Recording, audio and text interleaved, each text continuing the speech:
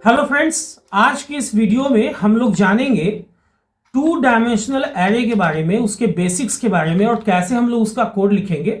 जहां two dimensional array को matrix के नाम से भी जाना जाता है और किसी भी टू डायमेंशनल एरे को हम लोग दो ढंग से ट्रैवर्स कर सकते हैं, जिसमें आज जो पहला तरीका है रो मेजर ऑर्डर ट्रैवर्सल, उसके बारे में भी हम लोग जानेंगे।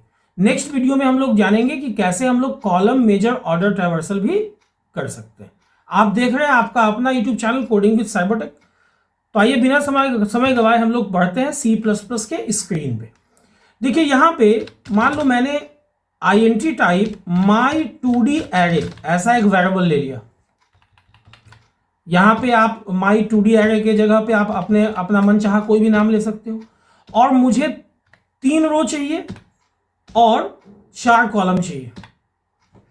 ठीक है, ऐसा मैंने डिक्लेयर कर लिया। अब बहुत ध्यान से आप समझोगे, इस डिक्लेरेशन में जो सबस्क्रिप्ट ऑपरेटर आपने 2 दफा यूज किया, पहले बार में आपने सबस्क्रिप्ट ऑपरेटर के अंदर 3 डाला है, वो जो पहला 3 है ना, ये रो को दर्शा रहा है, रो नंबर ऑफ रोज को बता रहा है। जबकि सेकेंड सबस्क्रिप्ट ऑपरेटर के अंदर जो आपने 4 लिखा है, ये नंबर ऑफ कॉलम्स को दर्शा रहा है। तो ऐसा कुछ हुआ होगा मेमोरी के अंदर, एक my2d एरे 3 रो और 4 कॉलम के साथ देखो ऐसा डिक्लेयर हो चुका होगा। ठीक है, यहां पे जो रो का इंडेक्स है वो 0 से 2 चलेगा, चूंकि एरे का इंडेक्स ऑलवेज 0 से साइज के एक कम तक चलता है, जिसको कि हम लोग सबस्क्रिप्ट भी कहते हैं या पॉकेट नंबर भी बोलते हैं। और चूंकि नंबर ऑफ कॉलम यहां पे 4 है, तो वो 0 से 4 - 1 मतलब कि 3 तक चलेगा, है ना। अब यहां पे आपको 2 और वेरिएबल लेना होगा। एक मान लो आपने ले लिया i और एक आपने ले लिया j, या इसके जगह पर आप रो ले लो और कॉल ले लो।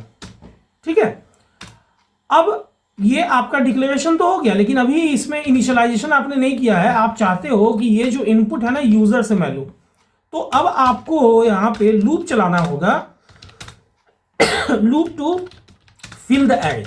लेकिन देखो 2 डायमेंशनल यहां पे आपका एरे है, इसका मतलब है कि आपको सिंपल लूप नहीं चलाना होगा, आपको नेस्टेड लूप चलाना होगा, जिसमें आउटर लूप आपका रो के लिए चलेगा। कहां से कहां तक? जैसा कि मैंने अभी बताया, आउटर लूप हमेशा टॉप टू बॉटम चलता है। पैटर्न वाले प्रॉब्लम में भी मैंने बताया था। तो आउटर लूप आपका 0 से 2 चलेगा और इनर लूप जो है ना, वो 0 से 3 चलेगा। ओके, तो आउटर लूप मैं 0 से चला देता हूं, लेस देन इक्वल टू कितना, 2 रो प्लस प्लस। आप यहां पे चाहो तो जहां पे आपने रो लेस देन इक्वल टू 2 लिखा है ना, आप लेस देन 3 भी लिख सकते हो, ये आपकी मर्जी है। अब हर रो के लिए एक इनर लूप चलेगा, कॉल, ये 0 से चलेगा, कहां तक चलेगा, less than equal to 3, col plus plus. यहां पे अगर आप चाहो ना तो कॉल लेस देन 4 भी लिख सकते हो। ठीक है, यहां ये जो है ये आपका इनर लूप है, जो क्या चीज के लिए चल रहा है, इनर लूप फॉर कॉलम। और ये जो आपका आउटर लूप है, ये आउटर लूप चल रहा है, आउटर लूप फॉर रो। ठीक है, बहुत सिंपल सा कॉन्सेप्ट है। अब इसके अंदर हम लोग यूजर के लिए एक मैसेज दे देते हैं कि प्लीज इंटर एलिमेंट या एरे एलिमेंट, मैं ऐसा लिख देता हूं, एरे एलिमेंट। अब चूंकि मेरा एरे int टाइप है, तो यहां पे मुझे %d या %i यूज करना होगा। अगर आपका फ्लोट होगा तो %f यूज कर लोगे, या जो भी डेटा टाइप होगा उसके हिसाब से फॉर्मेट स्पेसिफायर आप यूज कर लोगे। और वेरिएबल का नाम मेरा my2d एरे है। इसके i नहीं, एक्चुअली मैंने वेरिएबल क्या लिया है, रो, और कॉल पॉकेट में मैं इनपुट को रख लेता हूं। तो अब देखो होगा क्या, जब रो के 0 के लिए इनपुट आएगा, जब रो के 0 के लिए लूप के अंदर आएगा, तो रो के 0 के लिए कॉल 0 to 3 चलेगा। तो जो भी आप इनपुट डालोगे, मान लो आपने पहले 1 डाला तो ये 1 0 0 में चला जाएगा। उसके बाद अगले बार आपने 5 डाला तो रो का वैल्यू तो उस समय 0 ही है ना, अभी तो फिर इनर लूप चल रहा है कॉल के लिए 0 से 3 तक, तो 0 1 में चला जाएगा। फिर मान लो आपने 7 डाला, फिर मान लो आपने यहाँ पे 8 डाला, तो ऐसे ये इनपुट होता चला जाएगा। ठीक है, इसी ढंग से देखो ये रो मेजर ऑर्डर में आपका फिलिंग हो रहा है। पहले पहला रो भर जा रहा है, उसके बाद दूसरा, और तब जाके तीसरा रो भी भरेगा। और फाइनली लूप टर्मिनेट हो जाएगा। पहले इनर लूप टर्मिनेट हो जाएगा, उसके बाद फिर आउटर लूप भी टर्मिनेट हो जाएगा। तो यहां पे इस लूप से जब हम लोग बाहर आएंगे तो अपना ये जो है ना लूप चल गया, नेस्टेड लूप, जिससे आपका एरे जो है 2D एरे, जिसको आप मैट्रिक्स भी बोल सकते हो, वो फिल हो गया। अब अगेन आपको यहां पे नेस्टेड लूप का लॉजिक लगाना होगा। Nested loop to traverse the array, traverse the 2D array. Okay, तो यहां पे फिर अगेन आप देखो, बहुत ध्यान से समझना इस चीज को। जो आप आउटर लूप लिख रहे हो, ये किसके लिए लिखोगे? रो के लिए। देखो, जब भी आउटर लूप रो के लिए लिखा जाए, that is called row major order traversal. ये चीज याद रखना, ठीक है? यहीं पे फर्क पड़ जाता है। तो चलो मैं यहां पे लिख देता हूं 4 row equals 0, row less than equal to 2, या आप चाहो तो लेस देन 3 भी लिख सकते हो, रो प्लस प्लस।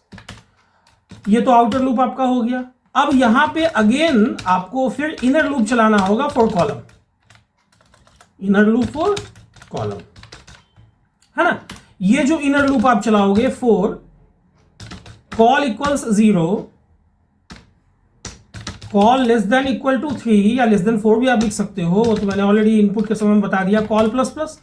अब देखो, यहां पे आपको डिस्प्ले ही तो करना है। कर्ली ब्रेसेस आप स्कोप ऑपरेटर मत यूज करो, आप यहां पे लिखो %d और /t, एक टैब छोड़ के /n यहां मत यूज करना, ताकि मैट्रिक्स के फॉर्मेट में प्रिंट हो। हम लोग आउटपुट देख के वो समझ जाएंगे कि देखो मैट्रिक्स में प्रिंट हो रहा है कि नहीं। यहां पे my2d एरे है नाम, ठीक है? इसके रो और कॉल में जो भी वैल्यू है वो चलाए। अब देखो, बात समझना, यहां ये जो है सिंगल स्टेटमेंट है। तो अगर आप चाहो ना तो ये यहां पे जो आपने आउटर लूप के लिए जो स्कोप ऑपरेटर ओपन किया है, आप इसको भी चाहो तो हटा सकते हो, ठीक है? अब आप इसको एग्जीक्यूट करा के देखो। एक चीज और है, जब आप इनर लूप से बाहर आओगे, इनर लूप से बाहर देखो, मैं यहां पे भी लिख दे रहा हूं, लाइन चेंज कर दे रहा हूं printf/n, ताकि एक रो में सारा वैल्यू जो प्रिंट हो जाए सारे कॉलम्स का, तो लाइन चेंज कर दो। याद रखना, ये जो स्टेटमेंट है ये इनर लूप से बाहर है।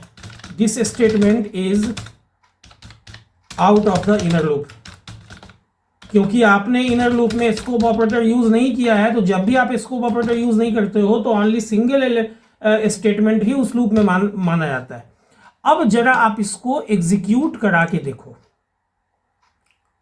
ठीक है? तो आप पाओगे देखो अभी, चलो यहां पे मैं डालता हूं, सपोज मैंने असुम डाला 23, 67, 90, 34। देखो, ये रो 0 के कॉल 0, 1, 2, 3 में चला गया। अब यहां से देखो, फिर आप डाल रहे हो, मान लो 24, ये रो 1 के कॉल 0, कॉल 1, कॉल 2, कॉल 3 में चला गया। इस ढंग से सारा एलिमेंट आप फीड कर दो। लेकिन देखो, यहां पे /n सही से आपने यूज नहीं किया है सिंगल स्टेटमेंट की वजह से, तो देखो कैसा आउटपुट आ रहा है। यहां कहां पे प्रॉब्लम हुआ, देखो समझो। यहां पे जैसे ही मैंने ये printf/n लिखा, तो अब जो आपका आउटर लूप है, इसके अंदर तो मल्टीपल स्टेटमेंट आ गया ना। इस चीज का ध्यान रखना आप लोग, ठीक है? क्योंकि देखो, ये तो सिंगल स्टेटमेंट है, लेकिन ये जो एक एक्स्ट्रा स्टेटमेंट है लाइन चेंज करने के लिए लिखा है, इसके वजह से क्या हुआ है कि आउटर लूप के अंदर 2 स्टेटमेंट आ गया। तो यहां पे ये कंपलसरी हो जाता है कि आपको देना ही होगा। अब आप इसको अगेन फिर से फीड करके देखो, आपका एरे जो है 3, 4 का है, मतलब 12 एलिमेंट आपको डालना होगा। अब देखो, यहां पे मैं 12 एलिमेंट्स डाल दे रहा हूं, ओके? अब देखो, ये आपका यहां पे ये पर्टिकुलर 2D एरे जो है मैट्रिक्स के शक्ल में प्रिंट हो गया। अब एक चीज मैं यहां पे आप लोगों को बताना चाहूंगा, बहुत ध्यान से समझिएगा, ठीक है? यहां पे जो ये मैंने my2d एरे लिया है, ये एक्चुअली मैट्रिक्स ही तो है। तो अगर मैं यहां लिखूं कि प्लीज इंटर मैट्रिक्स एलिमेंट, तो क्या फर्क पड़ता है? सेम चीज तो है, 2D एरे ही तो मैट्रिक्स कहलाता है। बहुत लोग यहां पे my2d एरे को, मान लो इसका नाम भी आप चेंज कर देते हो, देखो ये चीज आगे काम देगा, चूंकि मैट्रिक्स से क्वेश्चन आता है। और यहां जब आप इनपुट ले रहे हो तो यहां पे आप ले लो एड्रेस ऑफ मैट्रिक्स में, है ना। अच्छा, एक काम और हम लोग करते हैं, प्लीज इंटर मैट्रिक्स एलिमेंट 4, और ध्यान देना मैं यहां पे क्या कर रहा हूं, %d, %d। अब मैं आप लोगों को सिर्फ दिखाने के लिए कि देखो जो ये रो कॉमा कॉल का वैल्यू भी मैं यहां प्रिंट कर दे रहा हूं, इससे आपको पता चलेगा कि कैसे फिल हो रहा है, रो मेजर ऑर्डर में हो रहा है कि नहीं। और जब हम लोग यहां पे इसको प्रिंट करवाएंगे ना, तो एक हम लोग यहां मैसेज देते हैं कि द मैट्रिक्स इज, और एक लाइन भी हम लोग यहां पे चेंज कर देते हैं, चलो। और यहां पे जब हम लोग प्रिंट करवा रहे हैं तो यहां पे हम लोगों को सिर्फ वेरिएबल का नाम चेंज कर लेना है, रो कॉल, है ना। अब देखो इसको हम लोग एग्जीक्यूट करा के दिखाते हैं, थोड़ा सा फर्क पड़ जाएगा। बहुत ध्यान से समझिएगा, एक ही वीडियो काफी होगा। अब ये मैट्रिक्स का प्रॉब्लम आप लोगों का सॉल्व हो जाएगा। देख लो यहाँ पे प्लीज इंटर मैट्रिक्स एलिमेंट 4 0,0, पहला 0 किसको डिनोट कर रहा है, रो के वैल्यू को, दूसरा 0 कॉल के वैल्यू को। अब आपने 3 डाला, अब देखो रो का वैल्यू चेंज नहीं हो रहा है, कॉल का वैल्यू चेंज हो रहा है। आपने 7 डाला, फिर मान लो आपने 9 डाला, फिर मान लो आपने 10 डाला, तो क्या पता चला, देखो पहले 0 रो मतलब जो कि पहला रो है उसका सारा कॉलम भर गया, उसके बाद पहला रो में सारा कॉलम फिल हो रहा है, यही तो रो मेजर ऑर्डर है। अब देखो सेकेंड रो का फिर सारा कॉलम फिल होगा, ठीक है। और देखो फाइनली आपका मैट्रिक्स यहां पे आ गया, ठीक है। तो उम्मीद करता हूं कि आज के इस वीडियो को देखने के बाद अब आप लोग भी बहुत आसानी से सी लैंग्वेज के अंदर 2D एरे को, जिसको मैट्रिक्स भी कहा जाता है, ये डिक्लेयर करके अपने डायमेंशन के हिसाब से, मैंने तो 3, 4 यूज किया, आपको जैसा भी डायमेंशन दिया जाए क्वेश्चन में उसके हिसाब से आप डिक्लेयर करके उसका इनपुट ले सकोगे और रो मेजर ऑर्डर में ट्रैवर्सल भी कर सकोगे। उम्मीद करता हूं ये वीडियो आप लोगों को अच्छी लगी होगी, नॉलेजेबल लगी होगी। अगर वीडियो अच्छी लगी है तो वीडियो को लाइक और शेयर करना ना भूलें। चैनल पर नए आए हैं या चैनल को अभी तक सब्सक्राइब नहीं किया है तो चैनल को सब्सक्राइब कर दें और बेल बटन को हिट करना ना भूलें, ताकि जो भी वीडियो मैं अपलोड करूं उसका नोटिफिकेशन आप लोगों से मिस ना हो, ताकि वीडियो भी मिस ना हो। चैनल को जरूर सब्सक्राइब कर लीजिएगा और बेल बटन को दबा दीजिएगा, ताकि अगला वीडियो जो मैं कॉलम मेजर ऑर्डर में बताऊंगा, जो जिसका इस्तेमाल फिर हम लोग ट्रांसपोज निकालने के लिए करेंगे, तो वो भी क्लियर हो जाएगा। वीडियो के अंत तक बने रहने के लिए आप लोगों का बहुत बहुत शुक्रिया, धन्यवाद, थैंक्स अ लॉट।